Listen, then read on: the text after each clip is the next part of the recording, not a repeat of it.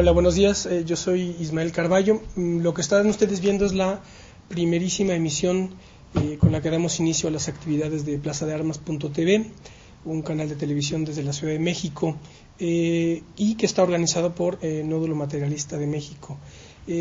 Voy a dar en 2 minutos brevemente la explicación, las coordenadas del proyecto. Se trata de un proyecto que tiene 3 características fundamentales. En primer término, se trata de un canal que está pensado para ser transmitido exclusivamente por la vía de Internet. En segundo término, es un proyecto cuyo contenido, cuya programación habrá de organizarse con arreglo a una perspectiva generalísima o una perspectiva maestra, digamos, en la que buscaremos hacer converger 3 puntos de vista clave: un punto de vista histórico, un punto de vista filosófico y un punto de vista crítico. También es importante aclarar que habremos de privilegiar en todo momento los presupuestos críticos de la racionalidad materialista. En subsiguientes programas habremos de dejar ver con la mayor claridad a nuestro alcance en qué consiste esta plataforma de racionalidad materialista, que ahora por lo pronto lo digo de modo introductorio. Una tercera característica es que es un programa en español. Parecería una obviedad, pero dados los tiempos que corren podría ser que no. De tal suerte que plazadearmas.tv, al ser un canal por internet y ser un canal por español, nace con un horizonte que desborda los estrictos límites del recinto nacional mexicano para poder llegar a cualquier internauta que hable español, no nada más en los 2 lados del Atlántico, sino en cualquier parte del mundo. Por tanto, nada del mundo puede sernos ajeno, visto siempre desde nuestra perspectiva. Así también, si se me permite la metáfora, el español y la filosofía crítica materialista servirán como pilares de la plataforma básica desde la que habremos de disparar las armas de la crítica para recordar aquella idea de ese gigante del siglo XIX que fue Carlos Marx. Nada más para terminar con esta breve introducción, Plaza de Armas lo pensamos precisamente también haciendo alusión a esa tradición dilatada que es la de la Plaza de Armas. La Plaza de Armas es el centro político, militar, civil, religioso, histórico, vale decirlo, de todas las ciudades hispanoamericanas y españolas. En algún sentido, podría decirse que es la parte en la que una totalidad está reproduciéndose, del mismo modo en que en un partido comunista como el italiano o el francés se reproducía la estructura de los partidos comunistas soviéticos. Así que esta es la idea con la que diseñamos el proyecto Plaza de Armas, porque Plaza de Armas hay en Lima, en Santiago de Cuba, en Santiago de Chile, en La Habana, pero también en Madrid, en Oviedo o en Monterrey. Así que bien, nada más decirles que en esta primera fase de arranque nuestra programación constará de 2 formatos: un formato de debate, que es el canon clásico de una mesa de debates, y un formato de entrevistas, y este segundo formato es con el que damos inicio.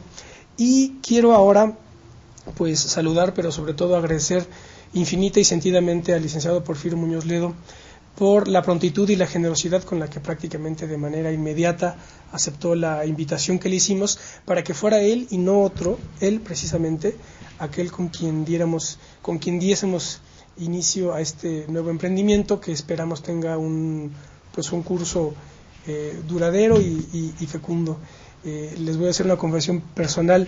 Si hace 10 años que eran años en los que yo veía a Porfirio Muñoz Ledo como uno de los gigantes de la vida política nacional, que lo sigue siendo, y me dijeran que yo iba después en algún momento a entrevistar en un programa organizado por nosotros, no hubiera dado el menor crédito a eso. Así que para mí es un honor tenerlo con nosotros e iniciar este proyecto con Porfirio Muñoz Ledo. Buenos días, licenciado, y gracias por haber aceptado la invitación.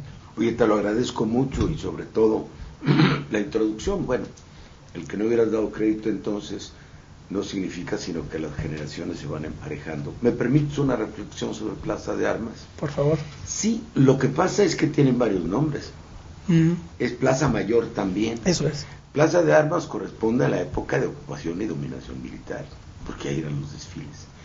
Pero no olvidemos que también en muchos puntos de América Latina se llama Plaza de la Constitución. ¿Y por qué? lo que se celebraba era la Constitución de Cádiz. De Cádiz. La Constitución española de 1812, y hay una disposición, no sé si en su primera vigencia o en su segunda vigencia, de 1818, que dice que pónganse las plazas mayores en nombre de Plaza de la Constitución. En dado caso, esto habla de un espacio público, del espacio público principal, y la connotación de armas tiene un sabor a esgrima. ¿Sí? Eso es. También, ¿no? Yo creo que es tu segunda intención. Estoy a tus órdenes. Bien, pues voy a dar inicio ya a la entrevista con Porfirio Muñoz Ledo. Quiero leer, para situar el tono, la tonalidad de la charla, quiero leerles dos párrafos de Mi vida, Memorias de un revolucionario, de León Trotsky. Él inicia con el dramatismo que lo caracterizaba, sus memorias, del modo siguiente. Dice: posiblemente nunca han abundado tanto como hoy los libros de memorias. Es que hay tanto que contar. El interés que despierta la historia del día se hace más apasionado cuanto más dramática y más accidentada es la época en que se vive. La autobiografía de un político revolucionario tiene que tocar forzosamente una serie de problemas teóricos, relacionados unos con la evolución social de su país y otros con la marcha de la humanidad, y muy especialmente con esos periodos críticos que denominamos revoluciones. Bien, esto es para marcar el tono de la entrevista. Y la entrevista, en efecto, consta pues de tres grandes bloques. No necesariamente los vamos a manejar inflexiblemente, ¿verdad?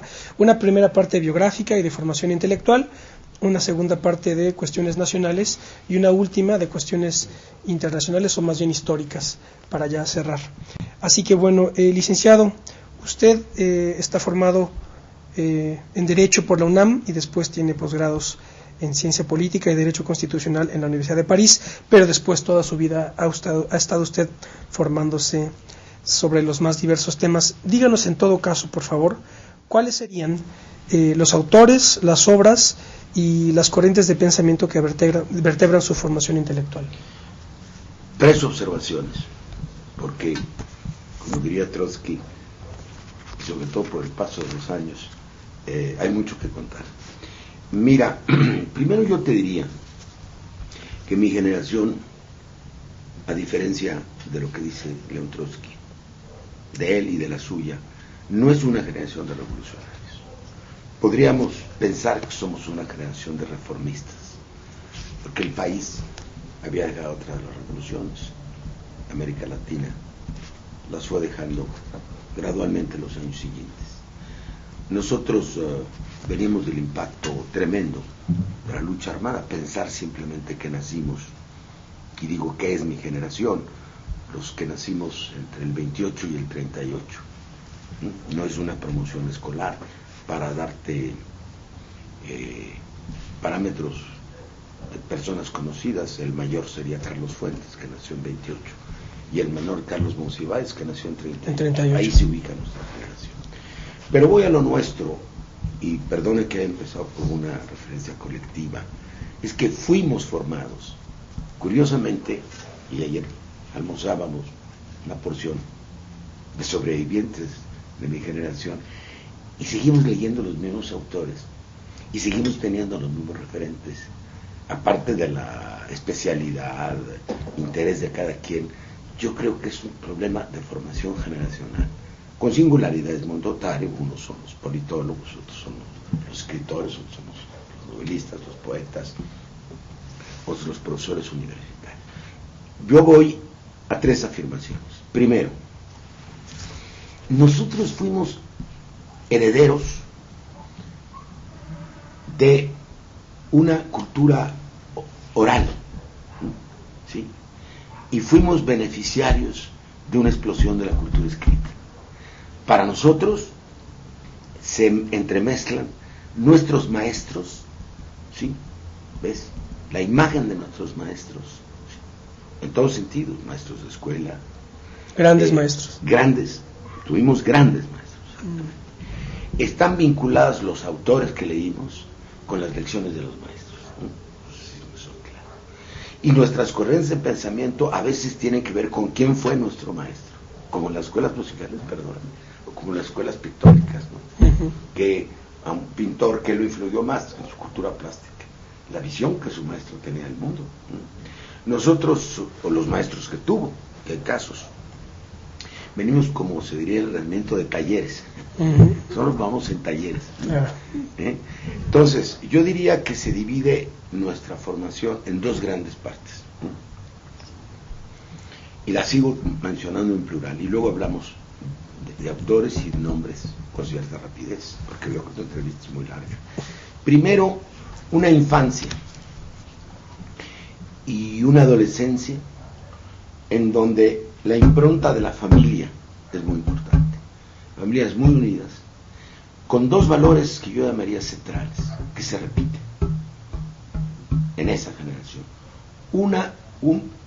Y uso el adjetivo, acendrado nacionalismo, muy mexicanistas. Te estoy hablando de los 30, de los últimos 30. Te estoy hablando del periodo del general Cárdenas, por decir algo. Y nuestros padres formados en las escuelas de Vasconcelos, en su formación profesional, ¿sí? Las primarias las hicieron casi todos todavía en las posterioridades del régimen del general Díaz. Entonces vivieron desde su infancia nuestros padres sumidos en la revolución, en el descubrimiento de México, en el abrazo que decía Paz del mexicano con el otro mexicano, en el redescubrimiento de los valores de este país, ¿no? Y luego era una generación que había sido educada en el valor de la escuela, ¿no? Perfeccionista y meritocrática, la llamo yo. Es decir, las cosas se tenían que hacer bien, y toda buena acción, ¿sí? Toda acto, ¿cómo se llama?, valioso, tenía un premio. Entonces era una convicción que ya no existe en ese nivel, del valor redentor de la educación, ¿sí? Del valor transformador, ¿sí? Sobre la conciencia y sobre la vida de las gentes. Entonces, eso nos hizo ser muy buenos estudiantes, ¿no? Luego viene la formación universitaria, que a su vez se divide en dos partes, ¿no? Pasamos de la lección de nuestros padres y de nuestros maestros. En mi caso, mis padres eran maestros también, así que había un continuo, ¿no?, de la escuela y la casa, a la formación propiamente universitaria. Allí yo diría que tuvimos una pendiente ecléctica y universalista, sin dejar de cultivar valores nacionalistas. Entiende que a nosotros nos tocaron varias cosas. Una, la presencia de los maestros españoles de la República Española. Llegamos a tener 2 o 3 profesores que habían sido rectores de la Universidad Española. Mi abuelo tomó clases con Gauss en la prepa, por ejemplo. Yo no, pero iba a Mascaronello y a Gauss, ¿no?, Medina Echeverría, que vivía en Puerto Rico, a todos ellos.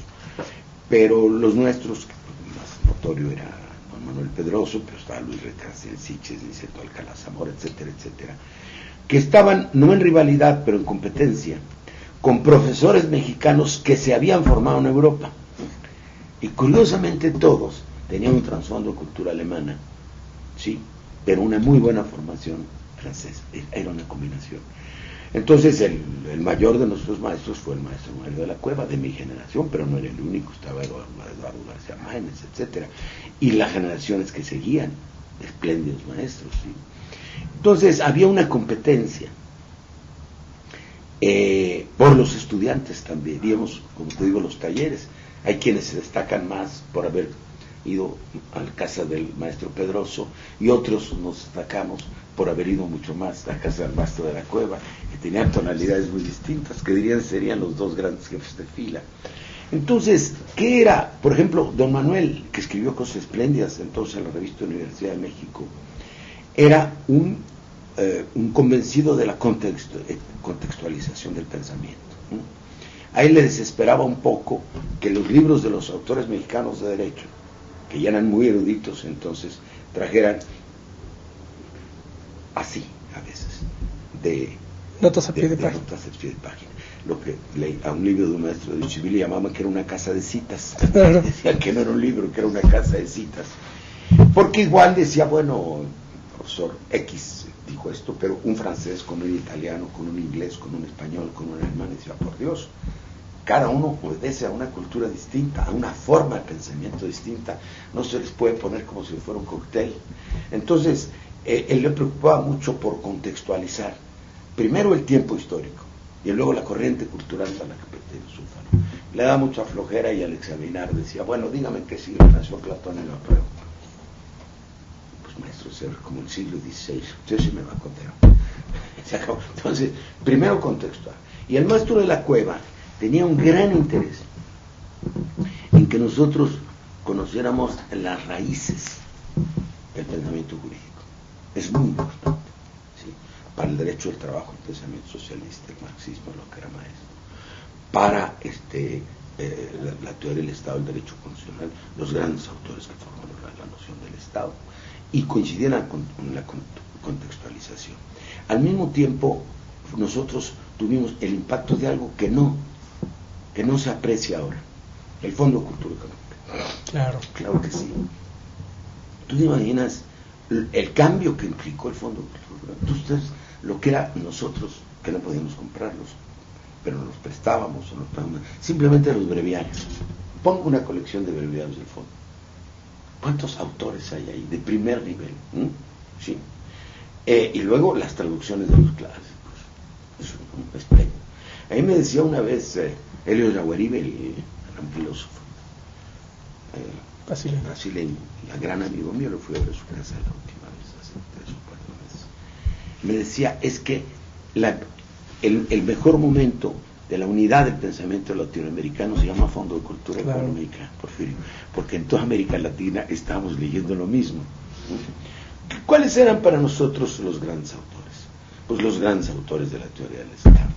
Eso era lo fundamental para nosotros. Y los autores de la temporada, que era la crisis de nuestro tiempo, no sé si me explique, Karl Mannheim, Karl Jaspers, eran fundamentalmente los pensadores alemanes. Y las reflexiones francesas, es muy importante. Nosotros combinábamos literatura, y eso es muy importante, con la lectura de los textos teóricos, ¿entiendes? Y para nosotros era importante leer a Malraux, que creo que lo mencionas por ahí. Ahí comenzamos nosotros nuestras lecturas de Sartre, ¿no? Todavía no entramos propiamente al pensamiento académico, de eso te hablaré después. Ahí, en la revista que hicimos nosotros, se llamó la revista Medio Siglo, que yo era el director, el presidente del consejo era Fuentes. Hay muchos ensayos, cuando teníamos 19, 20 años, 21, no serán un poco mayores, que dan cuenta de cuál era nuestro pensamiento. Y hay uno que me viene en este momento a la cabeza, que escribieron a Limón Víctor Flores Olea y Salvador Elizondo, se llama La idea del hombre en la novela contemporánea, en donde hay una docena de autores y son vistos como portadores de una noción del ser humano. Y te podría decir muchos. Entonces, primero una infancia muy nacionalista y perfeccionista, creyendo en el poder liberador de la cultura, y en la capacidad de progreso por la educación, una formación universitaria primera, la frase no solamente que nada del humano nos es ajeno, sino que había que ser leales a lo mexicano y fieles a lo universal. Esa era una frase de nuestros maestros constantemente. No podíamos nosotros entender, pues, nuestra formación si no íbamos a Europa. Prácticamente todos, en distintos momentos, todos. Ya los más jóvenes ya no, o muy poco. Todos salimos. Otros ya habían vivido afuera, porque eran hijos de padres diplomáticos, etc. Entonces, para nosotros, la educación en la Universidad Nacional era la mitad, tenemos que ser la otra mitad. Yo diría que nosotros nos encontramos, y ya estoy hablando más en primera persona, porque cada uno siguió su camino, con que vis a vis los estudiantes europeos, nosotros teníamos una visión, por lo mismo, más amplia, aunque mucho menos profunda, Uh-huh. cuando no conocíamos la raíz cultura del pensamiento. Los franceses sabían literatura francesa, los alemanes, etcétera, etcétera, etcétera. Y nosotros sabíamos un poco de todo. Eso nos daba una ventaja, pero también daba constancia de nuestras fragilidades. Dos, yo creo que el cruce del Atlántico nos puso en otra perspectiva. A mí, en lo personal, me marcó mucho 3 cosas. Primero, el vínculo entre la historia, sí, y el presente, y entre la historia y la cultura. Yo diría que yo desarrollé un pensamiento quizá en exceso historicista. Ahí está Brodel, sí, fue muy importante para nosotros. Ahí están los estructuralistas, Levi Strauss, fueron muy importantes para nosotros. Casi el pensamiento antropológico, ¿de dónde venimos? Sí, qué bueno que sí, ¿cómo se llama? Que sí, el pensamiento renacentista, sí, pero ¿de dónde venimos? ¿Cuál es la estructura social, la estructura económica? ¿Sí? Los afluentes culturales, los problemas demográficos, ¿sí? El hábitat que determinan el desarrollo de una cultura. Hay un proceso de redescubrimiento de nosotros mismos. Por ejemplo, yo hacía una tesis, empezaba con el profesor Jos Vedel, estábamos definiendo el tema, el maestro de la Cueva me dio una carta para él.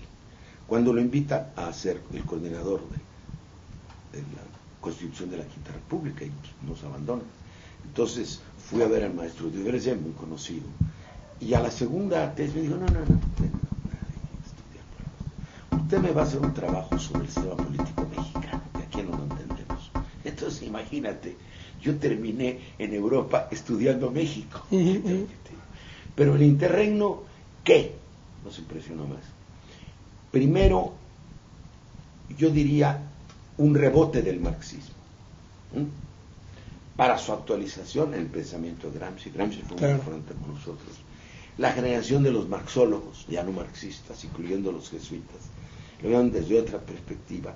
Y el pensamiento sartreano, que consistía en reconocer, ahora que dice el gigante del siglo XIX, la tesis de Marx, la tesis de Sartre sería tan fácil como esta es el inicio de la crítica de la razón dialéctica. Decía, nada explica más, de modo más global, más integrador, las relaciones sociales que el pensamiento de Marx. Pero el error de los dogmáticos, ya la crítica al socialismo real, ahí empieza la fuerte crítica al socialismo real, no desde la derecha, sino desde la izquierda, ni tampoco desde los socialdemócratas. ¿Me estás entendiendo? Por todas las limitaciones culturales, las restricciones de nuestra identidad. Dice Sartre, pero todo lo demás existe. El existencialismo existe también, el psicoanálisis existe también, el surrealismo existe también. Es decir, que todo cabe. Uno es la explicación estructural o global de los fenómenos sociales, y otra, todos los movimientos de pensamiento que pueda haber. De ahí que nosotros, y voy a un punto que me importa mucho, nos definamos desde entonces, no lo hacíamos así en la Universidad de México, pero desde que pasamos por Europa, como hombres de izquierda. Sí. En la universidad no, porque se cultivaba era la Guerra Fría, entonces no estábamos ni con tirios ni con troyanos, era una especie de nacionalismo mexicano, ¿sí? Igualitario, pensamiento sin duda de izquierda, pero por izquierda se entendían los comunistas, entonces se me explique, en la Guerra Fría, ¿no? Pero en Europa vimos otra cosa, era la crítica al socialismo real muy fuerte. En el 20 Congreso del Partido Comunista nos toca, por ejemplo, fenómenos que ocurrieron entonces, y el debate entre los marxistas duros y los renovadores, y el debate que ahora sería entre los que ahora del cual son herederos mis amigos de Letras Libres, entre el pensamiento liberal y el pensamiento socialista.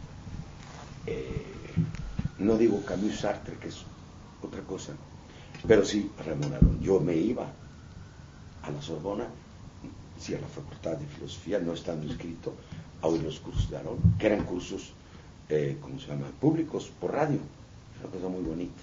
escogían ciertos cursos anuales y pasaban por radio y los oían en todo el país. Eso es un dato muy importante. Entonces, el debate político, lo que llamaba Emilio Uranga la cultura de bulevar. Decía, dale horas a leer el periódico, leíamos todas las revistas, y dale horas a discutir. Aquí la política se discute, ¿sí? Aquí no está enclaustrada. 2 horas la llamaba así la cultura de bulevar, era una manera de llamarla. 2 horas en la calle, 2 horas discutiendo, te pueden servir más que 5 horas viendo un profesor, sobre todo de derecho, ¿sí? Claro. Entonces, tenemos esa vertiente que es muy importante. En mi caso, el haber trabajado sobre este tema político mexicano me obligó de una manera que puede resultar paradójica. Claro, yo estuve casi 5 años, ¿no?, a dedicarle cada vez más tiempo a estudiar en Francia, México, con muy poca bibliografía. Tuve que aceptar un puesto de lector en la Universidad de Toulouse, donde me dieron como cursos la Revolución Mexicana y uno rarísimo que se llamaba Mestizaje y Fusión de Razas, que me obligó a estudiar la formación social de América Latina, con libros muy interesantes de demografía histórica.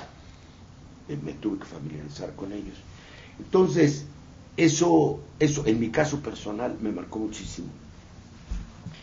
Y por poco me quedo como lector latinoamericano en universidades francesas, pero razones familiares, iban a ser el primer hijo, me obligaron a venir. Y eso determinó que lo primero que yo quisiera hacer fuera llegar a la universidad, me dieron un curso de teoría del Estado, y proponer el estudio del sistema político mexicano, desde una perspectiva histórica y también desde una perspectiva universal. No había textos, pero tardé varios años hasta que Manuel Cosío Villegas me invitó a impartirlo en el Colegio de México. No sé si estos rasgos generales sirvan para contestar a tu pregunta. Claro que sí lo hacen.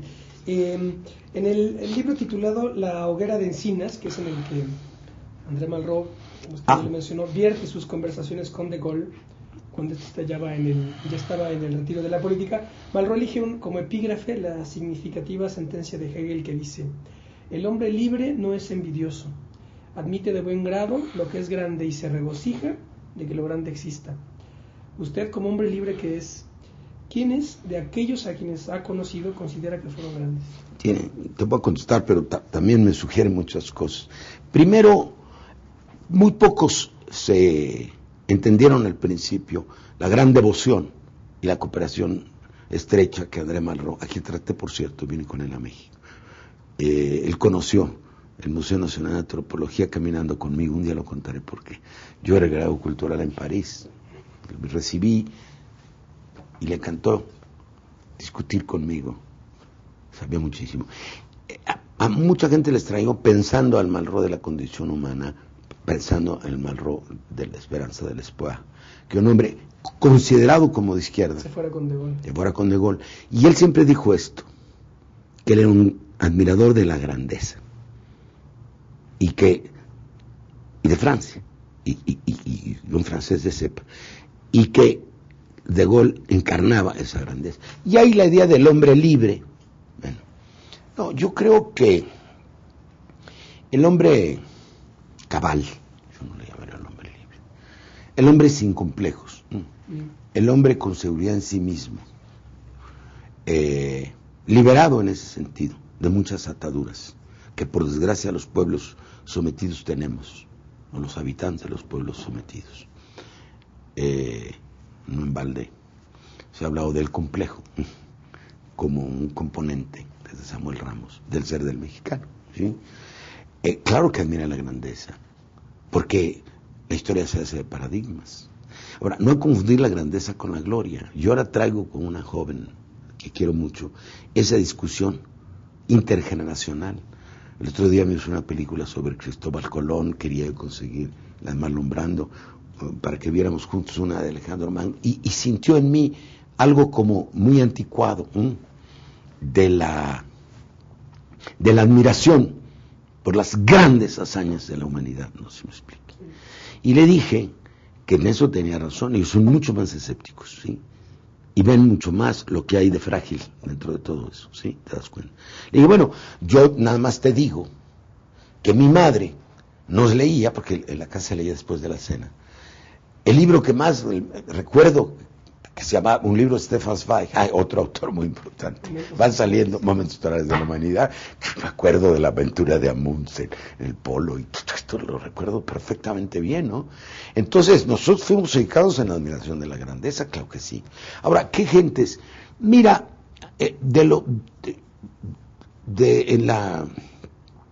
yo tendría que distinguir aquellos a los que traté muy incidentalmente, bueno, y aquellos con los que realmente tuve una relación. Pues yo he visto en mi vida, por hablar de latinoamericanos, 2 o 3 veces a Jorge Luis Borges, pues lo recuerdo vividamente, ¿no? Yo vi, porque mi carrera era otra, 2 o 3 veces a don Alfonso Reyes, claro que lo recuerdo, pero no fue con los que tuve comercio, como dicen los franceses, es decir, esta relación. En Europa, pues voy a decir de los 2 continentes, aparte de haber tratado a Malraux, pero yo no lo volví a ver, ¿no? Sí, lo he leído, y sus discursos políticos. Léete una conferencia que se llama la Conferencia de la Salle Pleyel, que es fantástica para lo que estás diciendo, y que está en el libro de la Pleyade, de las obras completas de Malraux.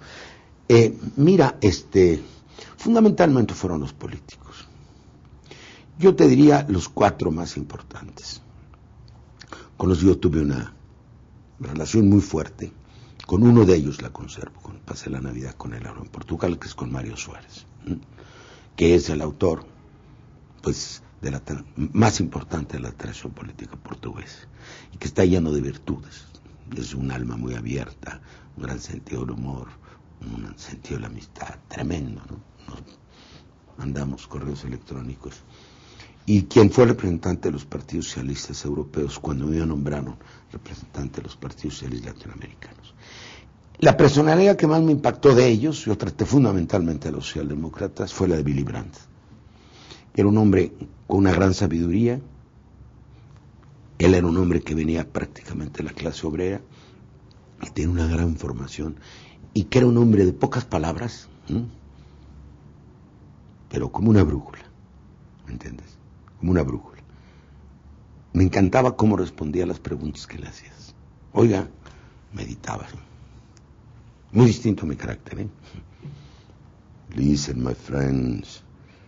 Paf, y hace una frase. No lucida, no lucidora, sino muy orientadora. El otro, que era un alma grande, fue Olof Palme. Ahí tuvo una relación muy afectiva.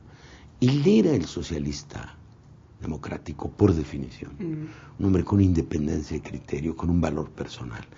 Y para no terminar, mi relación quizá más prolongada fue con el señor François Mitterrand, porque lo empecé a tratar desde que yo era estudiante, porque en todas las avatares de su vida lo visité y lo vi, porque fui su anfitrión en México, eso está en uno de sus libros, nuestras conversaciones, sobre todo sobre el tema de las migraciones. Y recuerdo el día que lo vi, la última vez, fue en el Reichstag, en el entierro de Willy Brandt. Nos encontramos a la salida juntos y hicimos comentarios sobre el entierro. Y de alguna manera le sugerí que él estaba pensando en el suyo. Era un hombre muy inteligente.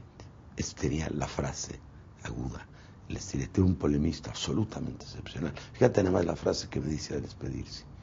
Ya nos despedíamos. Él sabía que se iba a morir, aunque los demás no lo sabían. El cáncer, pues, todavía hay una discusión, todavía hoy en Francia, si hizo bien o hizo mal Malraux desde el punto de vista de la ética, Mitterrand, de la ética política como hombre de Estado, en ocultar que estaba enfermo. Entonces, la conclusión es que como ser humano tenía derecho, pero como hombre de Estado no. Claro. Esa es la conclusión a la que se llega. Y me dice, mon ami, amigo, me dice, perdón, si eso es lo que quiero preguntarle, ¿nosotros hemos sido realmente amigos o hemos sido muy amistosos uno respecto del otro? Le dije, me le quedé viendo, le dije, lo primero no, por razones de continuidad, por razones generacionales. Yo creo que lo segundo es lo correcto, le dije. Fíjate, qué precisión conceptual. En México, bueno, muchísimos. Yo tuve una extraordinaria, en América Latina yo tuve una relación con Víctor Raúl Ayala-Torre muy fuerte. Acabo de estar con el sobreviviente del APRA, Villanueva. Por cierto, tengo que ir a Lima porque quiere completar la correspondencia de Víctor Raúl, sí. Y yo tengo muchas cartas con Raúl, porque Víctor Raúl vivía en Europa, nos vimos casi un año en París, convivimos, luego se fue a Laponia, luego se fue a Suecia, luego se fue a vivir a Bruselas, nos continuamos carteando y esa es la parte que tengo que buscar en mis archivos para llevarla. Bueno, de esa generación, fíjate que cerca los dos de Vasconcelos. Víctor Raúl fue secretario de Vasconcelos y Torres Bodet también. A mí influyó mucho en mi vida Torres Bodet, porque tenía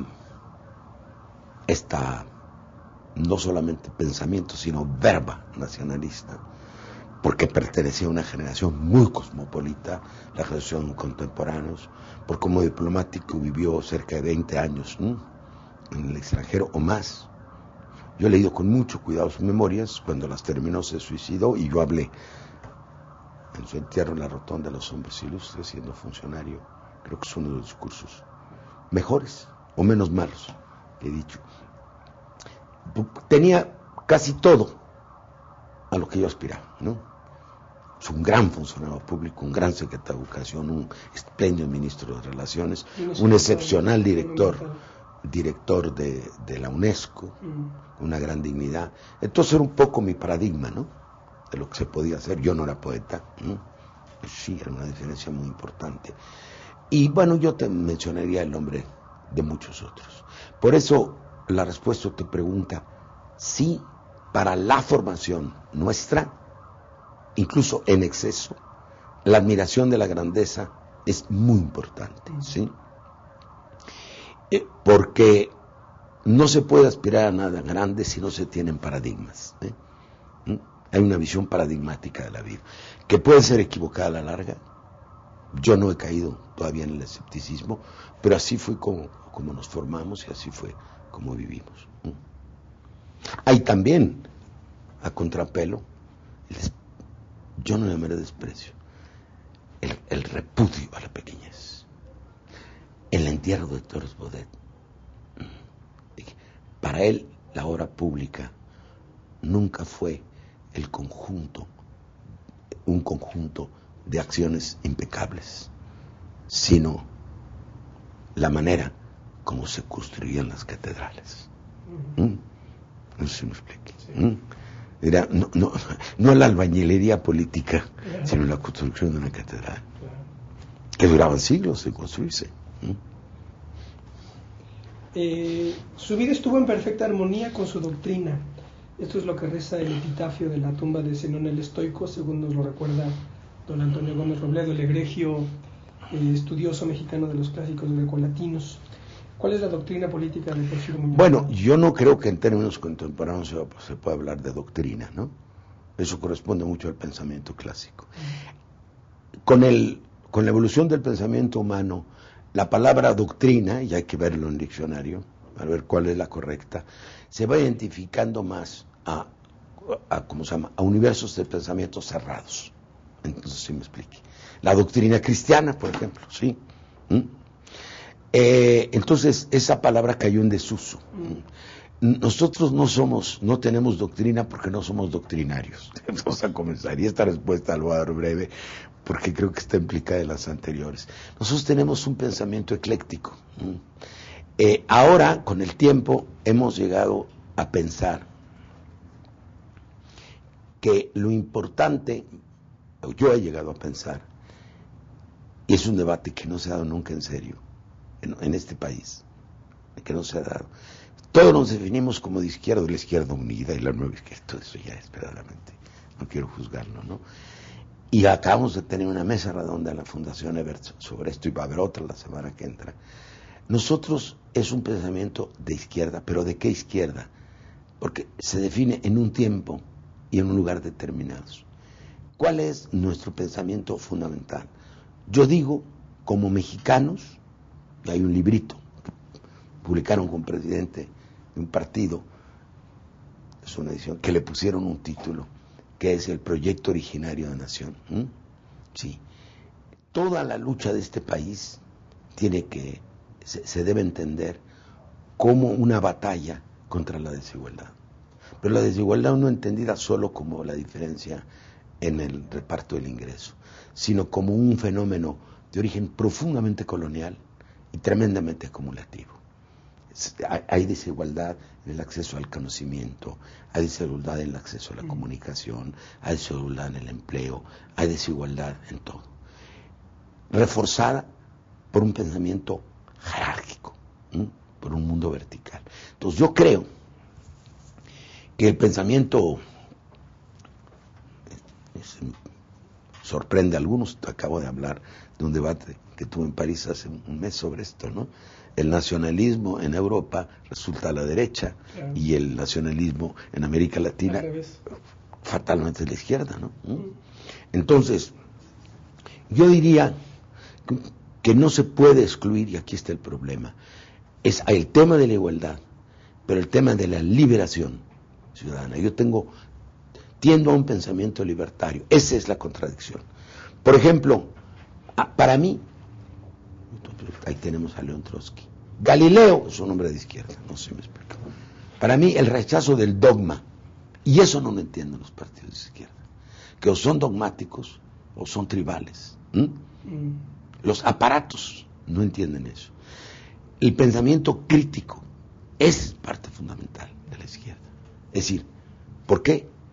Porque por definición el dogma es conservador.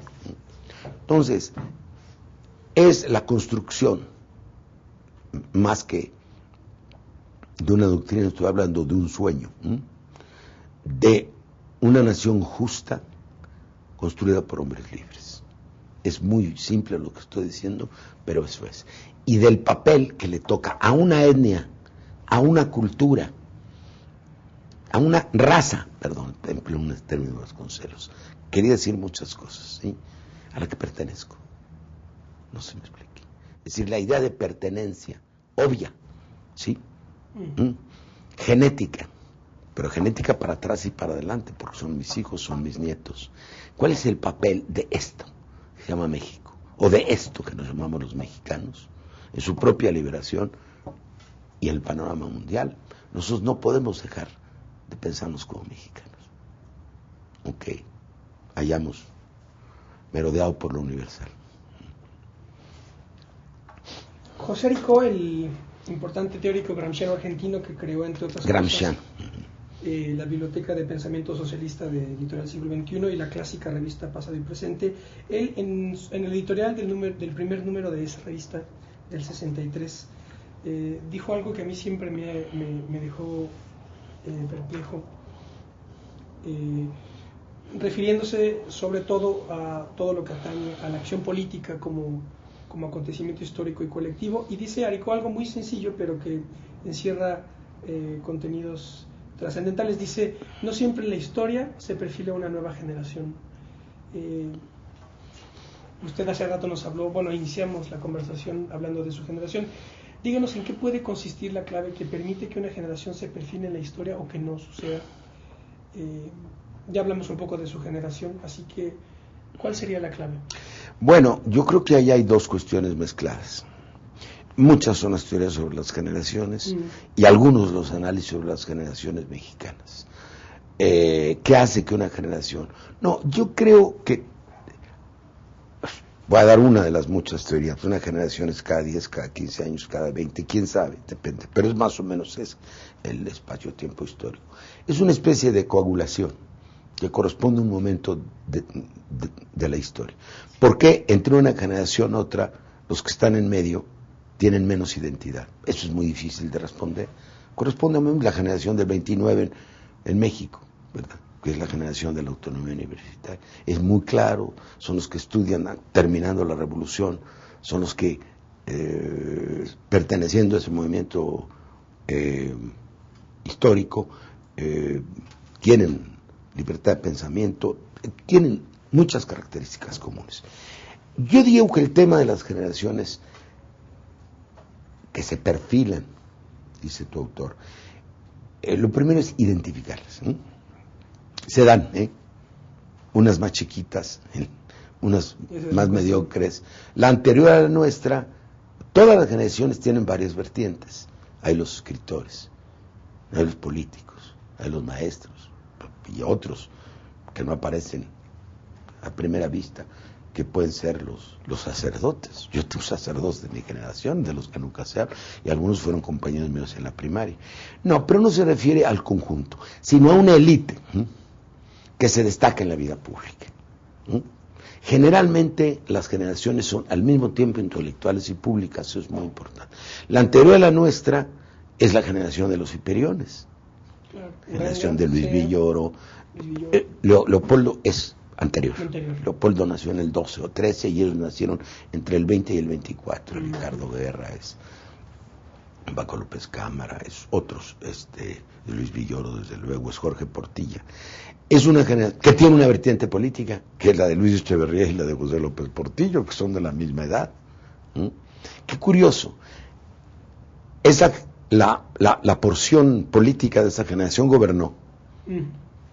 Y no se distanció, pero tiene un papel en la historia muy diferente al papel de la intelectual. La nuestra, que fue mezclada, políticos e intelectuales, tiene un destino muy peculiar. ¿Por qué se da la nuestra? La nuestra se da en un cambio político del país, que es la conciencia de que el proceso revolucionario ya terminó. Y al mismo tiempo la instalación como parámetro inevitable de la Guerra Fría. No sé si me explico. Nosotros no de la ¿cómo diría yo? De la terrible confrontación que fue propia de los años después de la guerra, sino de una especie ya de convivencia entre dos mundos, ¿no? A los cuales nosotros, un poco nuestra función era ver lo bueno y lo malo de cada cual, ¿no? Es decir, una posición, te lo dije, ecléctica. Entonces, es el asentamiento de la Guerra Fría, y sobre todo, ahí están los primeros libros, están los ensayos de Cosío Villegas, ahí están los escritos de paz, ahí están tantas cosas, la conciencia de que el proceso de la Revolución Mexicana ya terminó, aunque la retórica oficial sigue hablando de revolución, ¿sí? Cómo renovar la vida pública del país. El primer ensayo que yo escribo, bueno, todavía muy estudiantil, en nuestra revista El Medio Siglo, digo, ¿cuál es el futuro de nuestra generación? ¿Sí? Tratar de reformar a la altura de nuestro tiempo. Es la idea de nuestro tiempo, estaba muy presente, era el pensamiento alemán, que era nuestro tiempo. A la altura de nuestro tiempo, los valores de la revolución. Sí seguíamos creyendo en ellos, como valores, como objetivos, ¿sí? Pero con un sistema político muy modificado. ¿Cómo? La democratización del sistema. Pues eso lo vimos desde muchachos, ¿sí? La expansión de la educación. O bien, si esto fuese imposible, digo, la ruptura de ese sistema y la creación de uno nuevo. Entera. En ese primer ensayo que publiqué, cuando tenía yo 17 años, no, quizá estaba, ahora verás, sí, 17 años, eso publicó el primer tiro fue el primer número de la revista fue en octubre de 52, tenía yo 17 años, y puedo volverlo a leer hoy, porque eso fue a lo que yo me dediqué en mi vida. Y la otra, y es una característica de mi generación, y eso le debemos a nuestros maestros, la idea de que un intelectual está obligado en la acción política, y un hombre político está obligado con inteligencia. Nuestra generación sí tiene una característica.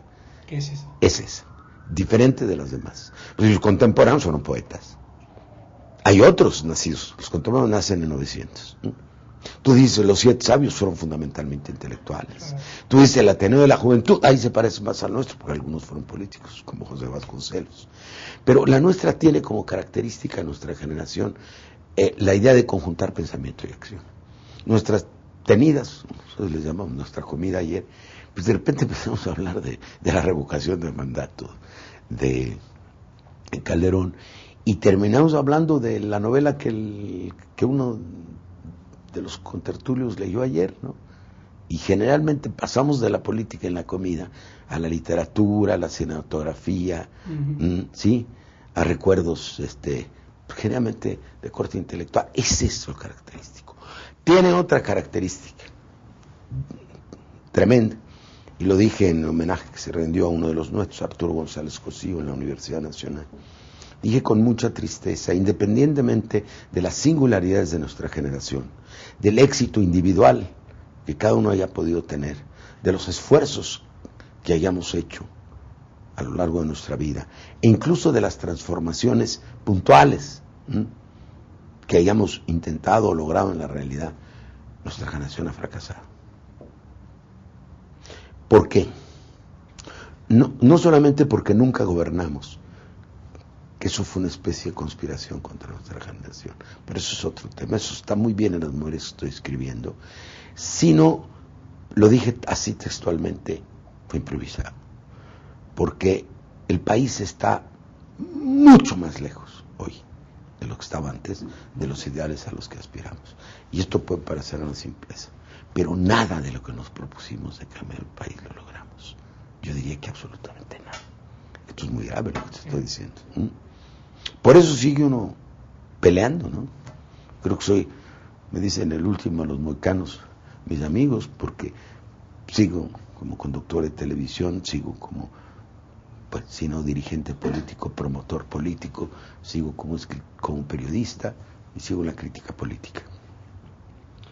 Un queridísimo amigo me dijo alguna vez, que un amigo español me decía que desde un punto de vista histórico y filosófico, para entender España se tenía que saber dos cosas: lo que Ortega pensaba de una manera. Ortega fue muy importante para nuestra generación. Todo, de España invertebrada, todo. Él me decía, por ser un gran escritor, además. Eso es, sí, una prosa que te lleva, sí, que sí. tiene que ver con esta cuestión de la grandeza, ¿sí? Que está implícita en la obra de Unamuno. Claro. ¿Sí? Perdón, en la obra de Ortega. Mi amigo me decía, tú tienes que saber lo que Ortega pensaba de Unamuno y lo que Unamuno pensaba de Ortega. Sabemos que, bueno, Ortega, como europeísta que era, él decía España es el problema y Europa la solución, y Unamuno decía los europeístas son unos papanatas. Pero en todo caso, lo que me importa es el esquema que mi amigo me planteaba. ¿Qué dialéctica de autor es similar a esta? No la hay en México. No la hay. Hay las revistas, las capillas, pero no la hay. No la hay porque en la vida intelectual y literaria de México hay como una continuidad, ¿sí? Hay una continuidad, pues una sociedad mucho más patriarcal. ¿Hay alguien que se le oponía a Reyes? No. Vasconcelos, ¿no? No, eran la misma generación, no.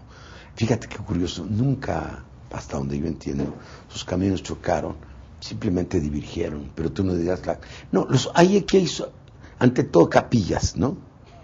Pero hay patriarcados. Yo creo que la muerte de Octavio, por lo que hace a la literatura y la inteligencia mexicana, dejó, no menosprecio a nadie, mi generación, Carlos Fuentes en algunas cosas tomó esa herencia, pero hay muchos otros que se la disputan. Hay como una pulverización de los viejos patriarcados en México.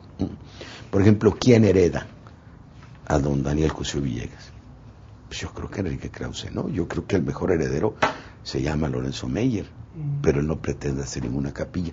Hay como una pulverización de las capillas. Lo que sí me interesa es la idea, casticistas contra europeístas. Ignacio Marbamba publicaron libros sobre los intentos de modernización de la historia de México, no sé si ya lo publicó, tiene que ver con él. Es una vieja historia de España en que la modernización es vista como extranjerismo, ¿no? Esta dicotomía es una dicotomía que está atrás de la Guerra Civil Española también. En la España contemporánea esto ya no existe. En México, es decir, los Borbones, etcétera, el afrancesamiento, ¿no? Como si fuera una tradición de España, no hay ese espíritu de síntesis con que nosotros fuimos educados, de una relación dialéctica entre lo nacional y lo universal. Esto es una expresión muy española. En América Latina y en México, ¿cuál sería el equivalente? Esa es la buena pregunta. No de las personalidades, sino de la idea. Yo creo que el latinoamericanismo y la globalización, yo creo que ese es el debate. Los polos de un antagonismo histórico. Claro, de un antagonismo. Los polos del antagonismo histórico en México hoy son dos conceptos de la globalización. Exactamente, porque la globalización es un hecho ineluctable. Aquella en que se salva el Estado-Nación y los estados afines a nosotros, o aquella en que estamos ineluctablemente condenados a desaparecer. Que es la idea del APRA de Haya, precisamente. Por una forma de anexión. Porque una de las preguntas que nos hacemos hoy, y no sé si ya nos acercamos a un final, ¿qué será México dentro de 50 años cuando nosotros ya no estemos? Es decir, hay en este momento la profundidad de la crisis de tal naturaleza que la gente que piensa y la que no se dedica tanto a pensar también, pero lo hace de otro modo, lo siente. O se siente o se piensa, o ambos, que México puede ser un país sin destino. Es un tema fundamental. Yo creo que ese es no solamente el fondo del debate, sino el fondo de la angustia mexicana. ¿Qué somos como nación? Y estamos destinados a un futuro razonablemente digno en el concierto del mundo, o si lo mejor que nos puede ocurrir es la diáspora mexicana y queden aquí las pirámides y los turistas en Acapulco. Ya para terminar, licenciado, nos quedan 4 minutos. Yo creo que este tema del Estado-Nación es muy importante, pero tú pregúntame.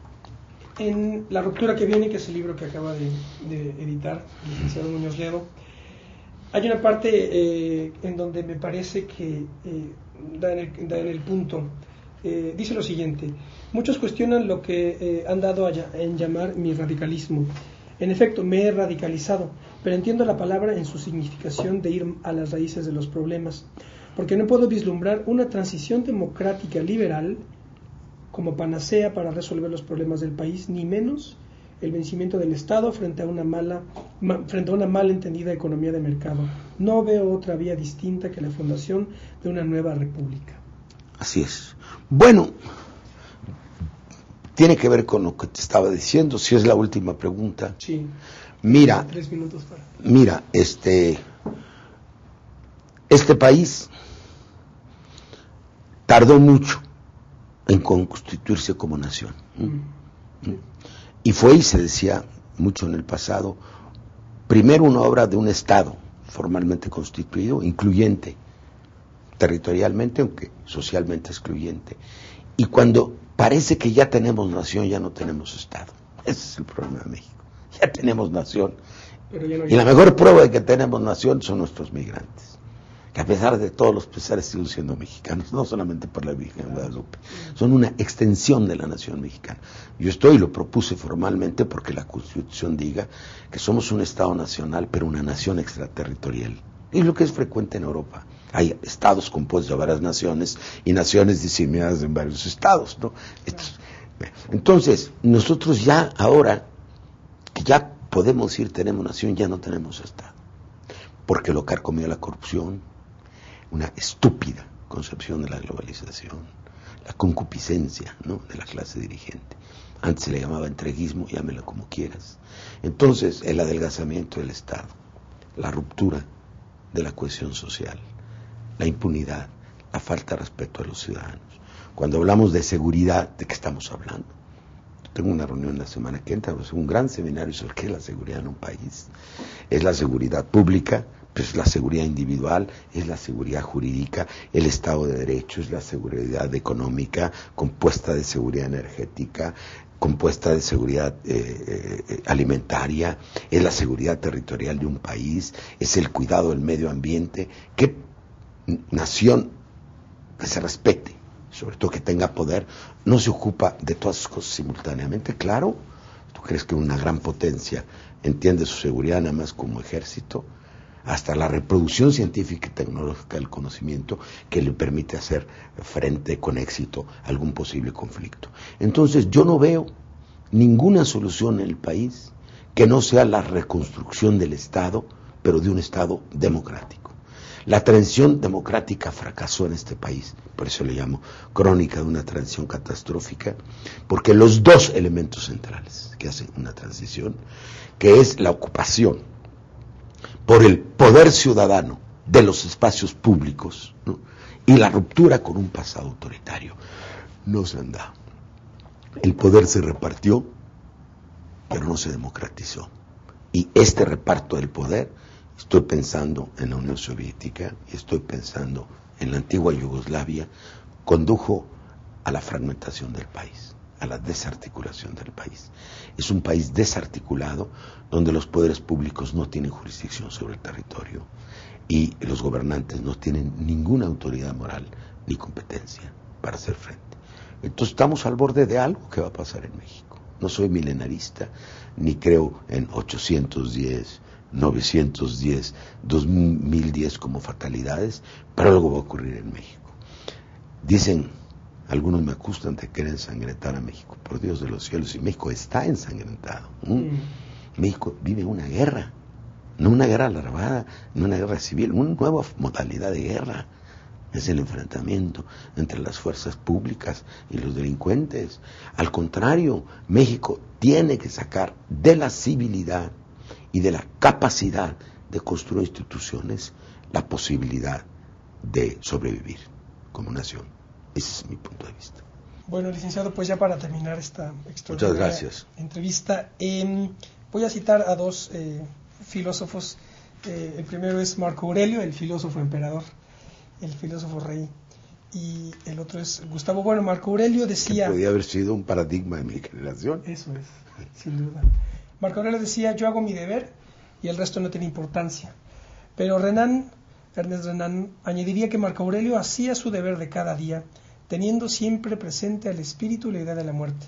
Desde la altura a que ha llegado, el placer y el dolor, el amor de los hombres y su odio, son una sola y la misma cosa. Déjame contestarte esta. Mira, es cierto y no. Bueno, para el común de los mortales eso se aplica a mi persona. Yo creo que el paso de la vida, los años, la edad, te da distintas nociones del tiempo. El joven, cuando eres joven y en tu primera madurez, no tienes la presencia de la muerte, de tu muerte. Claro, hay angustia existencial por la finitud del ser humano, pero como diría aquel, la muerte es lo que les ocurre a los otros, ¿no? Cuando tu generación se va agotando, ¿no?, entonces ya la muerte es un fenómeno personal, hay una personalización de la idea de la muerte, ¿no? También habría que estudiar por qué Marco Aurelio. Hay una noción distinta del tiempo.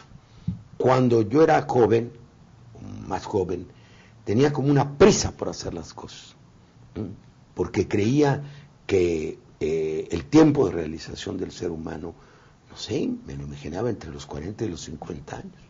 Cuando llegué a los 50, es una sensación curiosísima. Hay la impresión de que llegaste como a la punta de un cerro, ¿no?, de una montaña, y que ya estás comenzando el descenso, ¿no? Es una sensación tremenda, es una segunda adolescencia, el tostonazo es lo que se le llamaba antes. Pero ya cuando estás en mi horizonte histórico, tienes curiosamente una idea más calmada del tiempo. Fíjate qué contradicción.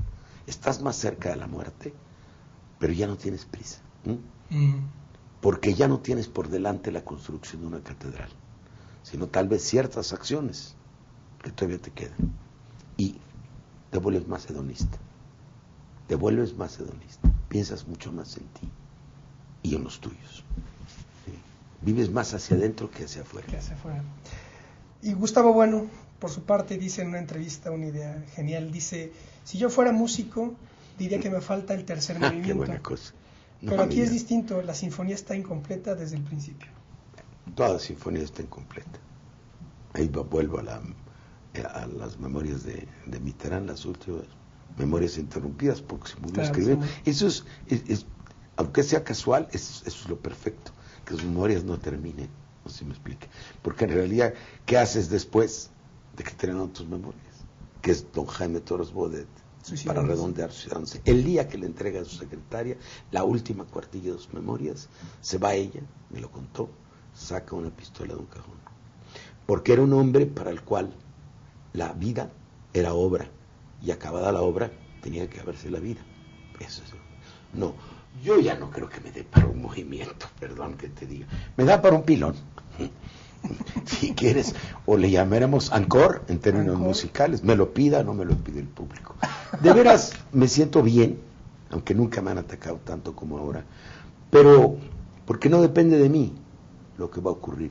Me gustaría darle un empujón todavía, aquello en lo que creo, pero sé que puede no darse las circunstancias y no me desespero. Eso sí, mi radicalismo, que tú hablas, tiene que ver con la noción del tiempo, pero no tanto de mi tiempo personal, porque mi contribución seguramente será marginal a lo que viene, sino del tiempo histórico de México. Fíjate, tengo una noción dramática sobre el agotamiento del tiempo histórico de México, y en cambio, quizá por inconsciencia, tengo una idea mucho más placentera del agotamiento de mi propio tiempo vital. Muchas gracias. Muchas gracias a usted, licenciado Muñoz Ledo. Bueno, pues esta fue la primera emisión de Plaza de Armas, la entrevista. Yo soy Ismael Carballo. Muchas gracias. Hasta pronto.